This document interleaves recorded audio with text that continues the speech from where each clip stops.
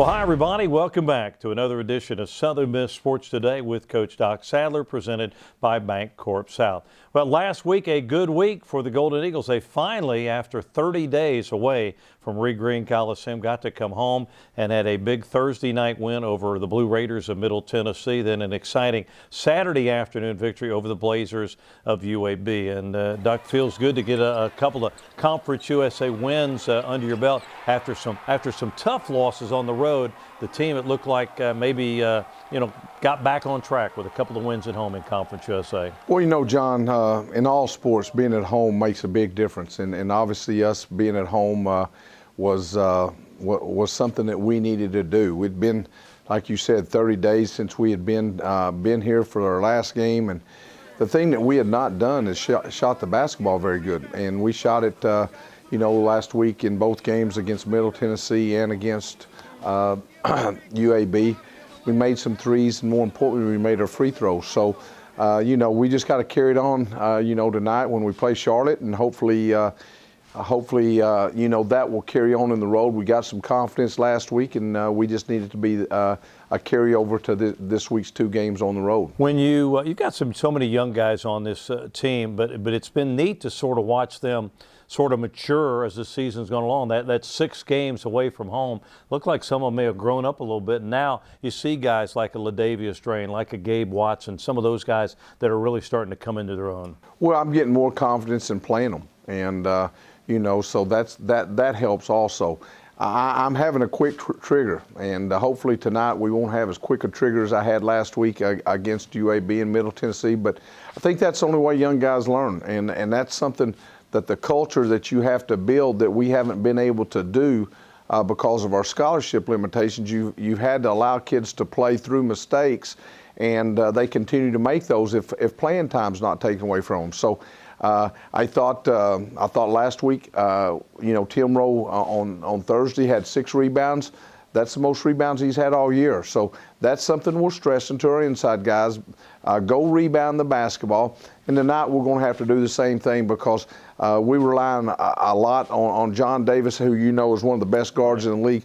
We've got to do a good job on him, but the way you do a good job on him is we can't give them second shot opportunities. I've heard you use the term mental mistakes, that you in years past, because of the depth, you've had to kind of leave a guy in there. Now, if a guy makes a mental mistake, he's over there sitting with you. Well, and they don't understand that. They're mad, and hopefully they get mad enough that they correct the issue. And I think that's where we're at. We've said so many times, we got to be playing our best basketball game at the beginning of March into February, and hopefully that's what we'll do. Get these guys some playing time, get them to where they understand what we want.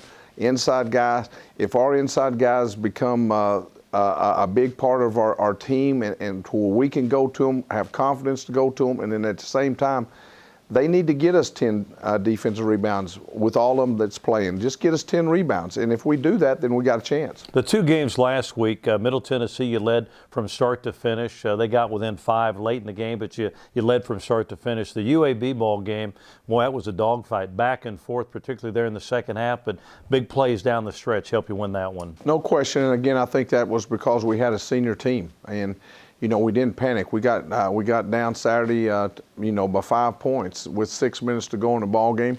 That's a lot of time. Young guys don't know that that's a lot of time. So you got to make sure that you continue to get good shots, and at the same time, now the game's going to be won or lost on that other end, where, whichever team doesn't give up offensive rebounds, and whichever team takes good shots from that point on is going to win the basketball game. And Saturday's game against UAB, a good example of where now you've got some depth where you can rest a Cortez Edwards or a Tyree Griffin, where last year you had to play those guys 38 minutes a game sometimes. Well, again, I think bottom line is Cortez only played 30 minutes, and I thought he was fresher down the stretch. I got to continue to find a way to get a few more minutes for Tyree in the second half because the last 4 or 5 minutes, both of them got to be on the court, but they got to be on the court, like tonight, guarding John Davis. I mean, they're going to have the work cut out for them. So they got to be fresh down the stretch because I know Charlotte's going to go to him, and I know we're going to be ready to come back at him with those two guys. All right, Doc's going to come back in just a bit. We'll talk about what's coming up for the Golden Eagles tonight against the Charlotte 49ers, Saturday against the Monarchs of Old Dominion up in Norfolk, Virginia. So enjoy our features, and Doc will join us in just a few more minutes, and we'll talk more Golden Eagle basketball.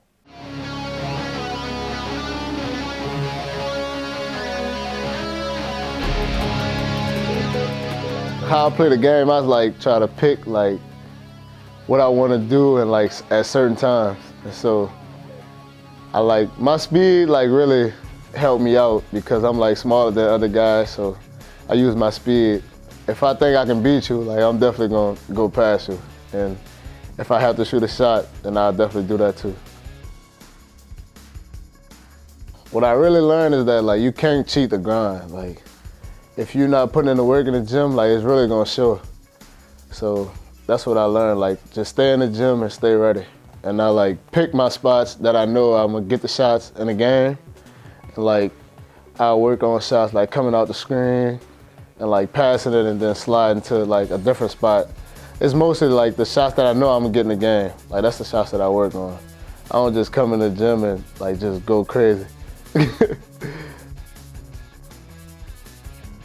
Well, I'm basically like the coach on the court.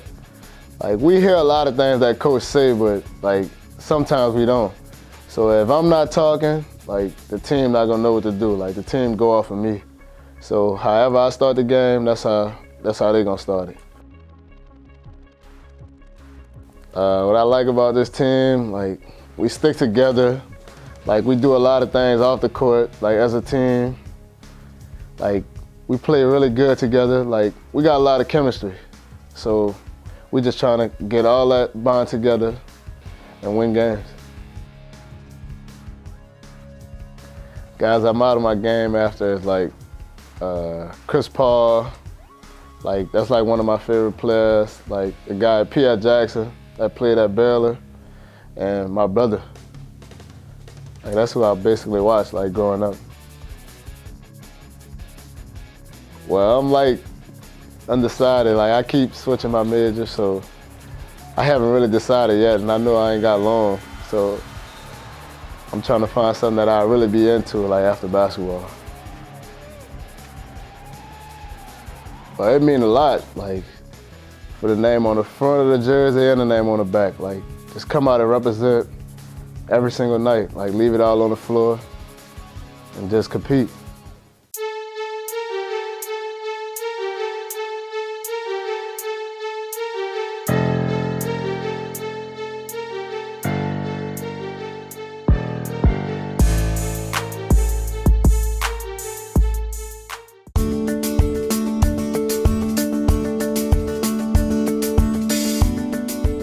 We had a really good fall practice period back in the fall semester. I thought our guys competed and came out and really focused well on the things that we tried to put in place for our, what we call our system, I guess is what a lot of people say today. But you know, I think moving forward, we've been now with skill work for 2 days.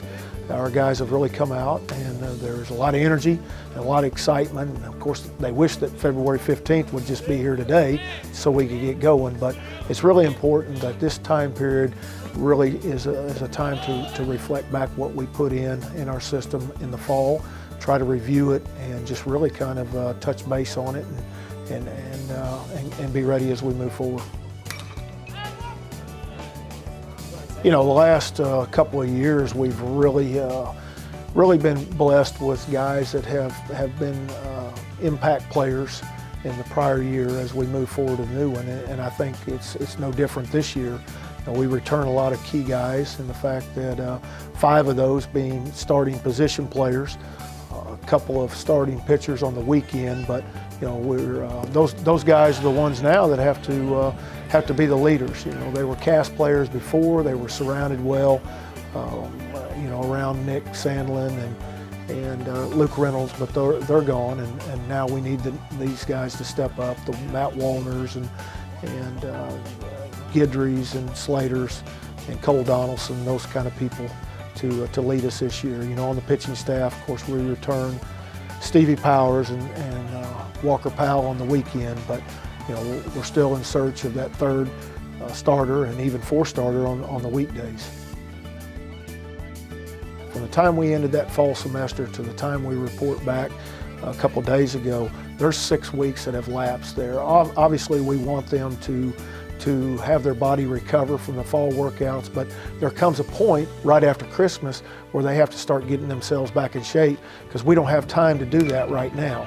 If we had to do that now, we probably would miss out on all the important things, the mental things, to help us win baseball games. So the challenge is what those guys have done over the break and have been ready for this time period right now as we get ready for the season.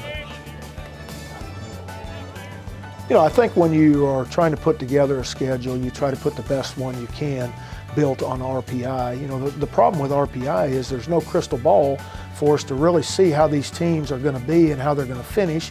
Plus, we don't know how their opponents are going to do, so it all plays in. So you do the best you can based on history of each program that you schedule. But this 2019 schedule, not only is it a very tough Conference USA schedule, which has shown to have a lot of parity in it over the past few years, but the non-conference schedule, that's the one where you really try to build that RPI in. Our first 9 out of 10 games are against teams that were in the NCAA regional last year. We open up at home with Purdue to follow the next weekend, going to Mississippi State, returning that trip for 3. Then we're back home against Gonzaga, which was a regional team, only to finish our 4th and final non-conference weekend against Holy Cross. So it's a very challenging schedule, but one that we try to put together that is that one that the fans really enjoy, with some new teams, maybe some new programs they've not seen or heard of before, but more importantly, teams that are going to compete and really be good at the end of the year to help us be good as well. Each year, no matter what you're returning from the year prior and how good you were the year prior, that's in the past. The new challenge is what's in the present here, and that's what we have, is trying to get 35 guys and 4 coaches to come together and try to create the best chemistry and create the best team atmosphere we can to help us be successful and win championships. Been thinking about it since I was a kid. Mom would be so proud. If I could do it for a living. Using my mom's recipes to open up a cupcake shop. For my daughter to go to vet school. Singing karaoke in all 50 states. Captaining my own shrimp boat. Tell us what you dream about. With the right loan or savings plan, we can make it a reality, no matter how crazy. That's right. Thank you. Thank you very much. Keeping you within reach of what matters most. We're Bancorp South, and we're right where you are. You got me falling hard, sweet baby, you got me falling hard for you. And still, I felt this way before, you know it's true. And still, you got me more and more. Oh, you got me falling hard.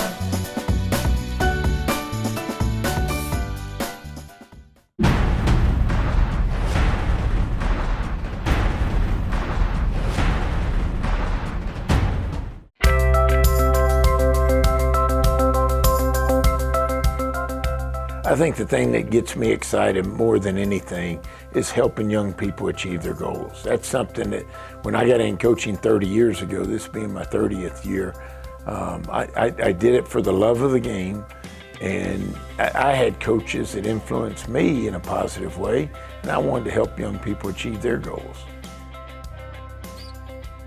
I think the biggest change in preparing for opponents in the game of basketball in my 30 years of doing this is the technology.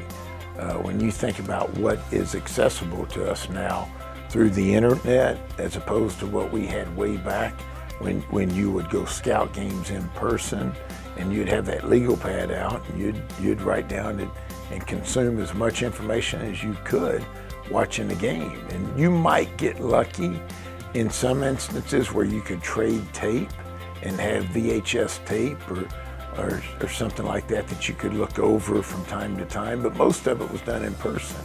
And now, of course, we have Synergy, which everybody in Division I has.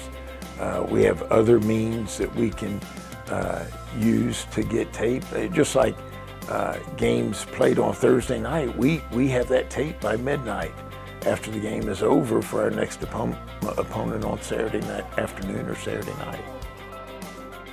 I think scouting and preparing is way more detailed now than it used to be. You used to try to hit maybe 3 or 4 things that you were going to try to highlight with your team, maybe some individual tendencies as well as some offensive tendencies or defensive tendencies. Now it's just way more detailed. You've got access to so much more technology that you can pinpoint many more things than you could in years past. Doc is a lifelong friend of mine. I mean, I say lifelong. I've been in this business 30 years, and I met Doc in my 3rd year when I was an assistant at McLennan Community College. He was an assistant with James Dickey out at Texas Tech, and he recruited some of our guys. And so I knew when I had the opportunity to come here with him, I mean, it was more than just a business relationship. It was a personal relationship, and we've been close friends for so long. I'd say 27, 28 years. And even back when I was at McLennan, or when I was back at Little Rock as head coach, I mean, we would talk weekly, and most of the time, multiple times in a week, about different ideas, basketball related, recruiting, phone calls that I would call him and ask about a player in his area. And Doc has been, as a matter of fact, he was influential in me going from McLennan to Little Rock in 2000 as an assistant with Porter Moser. He's the one that kind of pushed me over the edge to step away from a comfort situation and take a chance on getting in this business at the Division I level. I think the first thing that people may not know about Doc is his personal relationships with everybody he comes in contact with. It may be the custodian at Reed Green Coliseum, it may be the bus driver, it may be somebody that we meet in a hotel, at the front desk of a hotel coming through. I mean, that's the thing you find out about Doc is how genuine he is, and he meets people extremely well. So often people may see him on the sideline, as any coach, very intense and ranting and raving and getting after an official or getting after a player, getting him to do what we need him to do. But the side of him off the floor is a very genuine people person. And I think that's something that has always attracted people to Doc.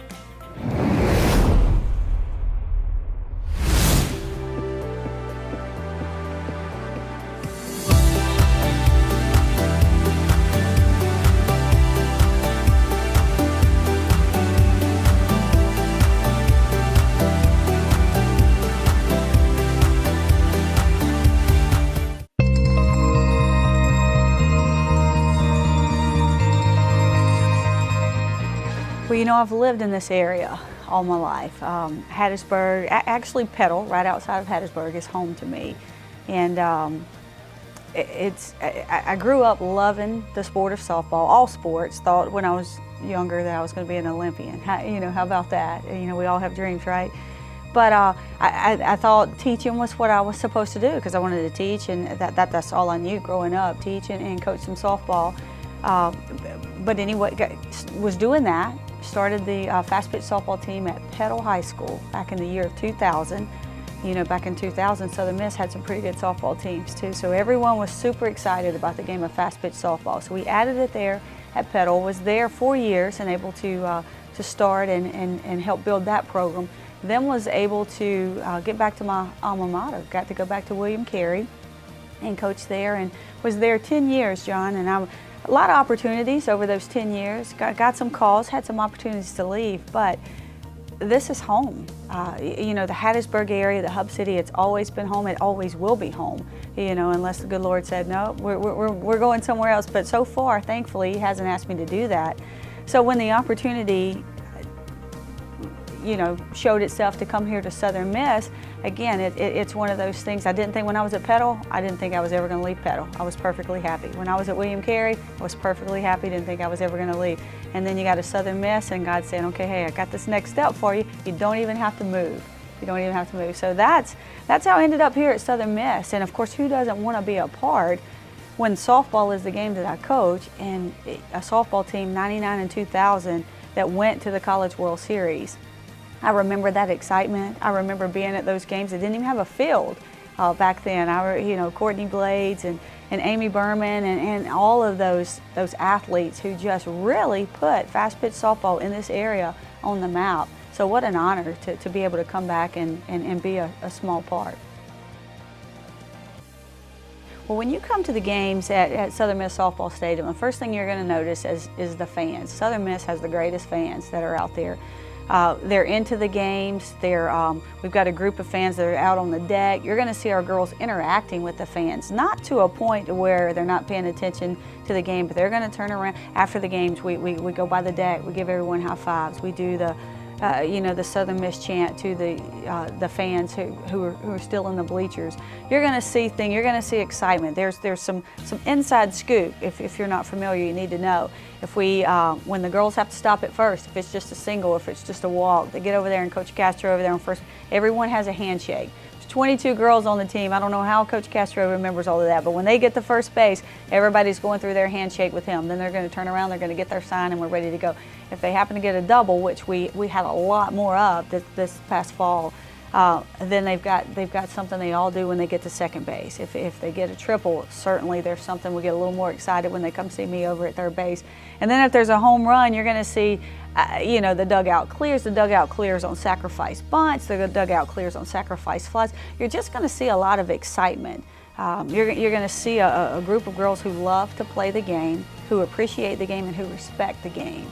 And I think you're going to see, it's a fast game. It's a fast game, for someone who's familiar with baseball and thinks, well, it's just girls playing baseball. It's a lot quicker, that game is. Usually in an hour 45 to 2 hours, we're going to get that game in. They've even put in some new rules this year to try quicker between the innings. Pitchers have less time to throw the pitches. Batters can't step out of the box. You can't call but so many timeouts during the game. So they're trying to speed the game up even more. So I don't think you're going to be bored if you come to a Southern Miss softball game. I think there's going to be a lot of excitement, and I think you're going to want to come back. If you haven't been out there and you haven't seen it and don't know what to expect, I think you're going to come out and instantly be smitten.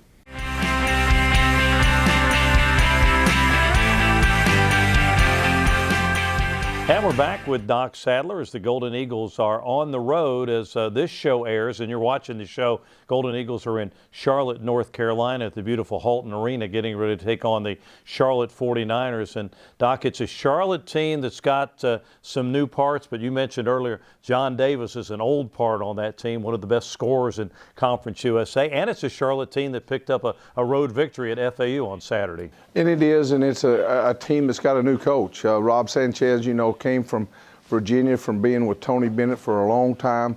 And if you like basketball, old school basketball, you're going to enjoy watching them play now. We have got to do a great job, and that's what we spent all week on, just being disciplined on the defensive end. Because if you think you're going to go down there and they're going to take quick shots, we're going to be in trouble. We're going to have to be disciplined enough to guard each and every possession, and at the same time, we're going to have to be disciplined enough to get good shots, because that's what they want. They're going to protect that lane, and they're going to make you guard on the defensive end. And if that happens tonight, then if we do those two things with the senior leadership we got, then we got a chance to have a chance on the road in the last 4 or 5 minutes to get a win. So they're a team that will, they try to frustrate the other guy, right? Not a lot of quick shots, and they make you play defense for a long time. Is that the kind of the style they play? Well, they do, but they don't. If they get something you break down, they're going to make you pay for it early. The bottom line is they're not going to they're not going to make mental mistakes on the defensive end where you can get easy baskets.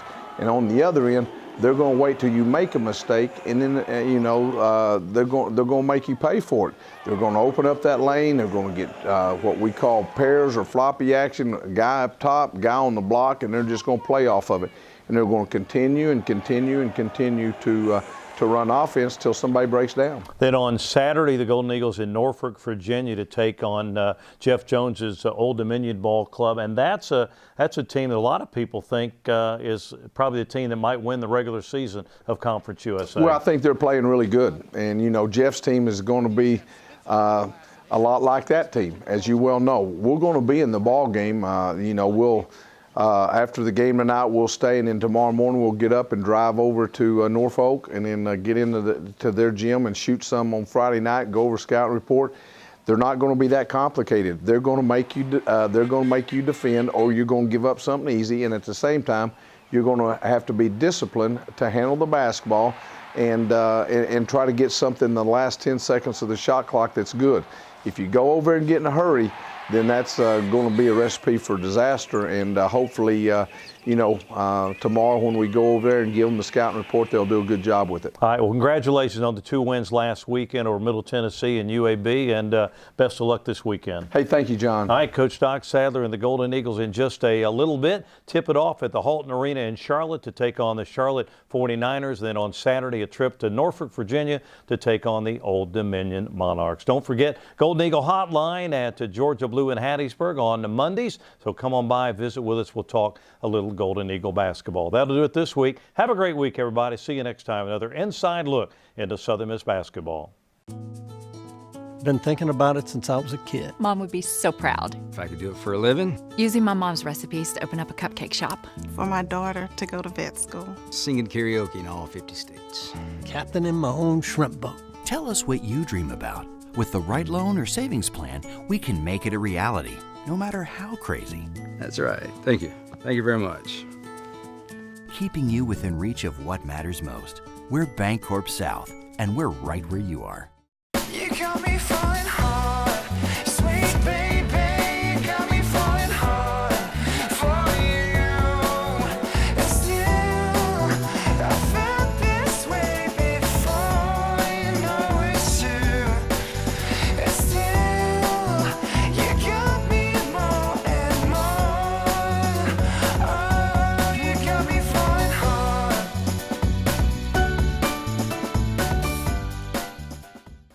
Hey Southern Miss fans, it's Toby Barker, Mayor of Hattiesburg. Mickey Spagnola once wrote, "If you're going to war and you get to choose first, choose Southern Mississippi. Always choose Southern Mississippi. Don't fight Southern Mississippi, because no matter how hard you fight, those folks will fight harder." His words capture the character of our institution and our city. We here in Hattiesburg are writing a new story, one where we rise to our challenges with great excitement, one where we push our city to reach its potential, and most importantly, one where there's real partnership between the University of Southern Mississippi and the city of Hattiesburg. Southern Miss is vital to our city's success, from the quality of life it provides through athletics and the arts to the talent it cultivates in the classroom. We share a common destiny. Hattiesburg is proud to be Mississippi's college city, and we hope as we go forward you'll join us in supporting our Golden Eagles this season as they go to the top.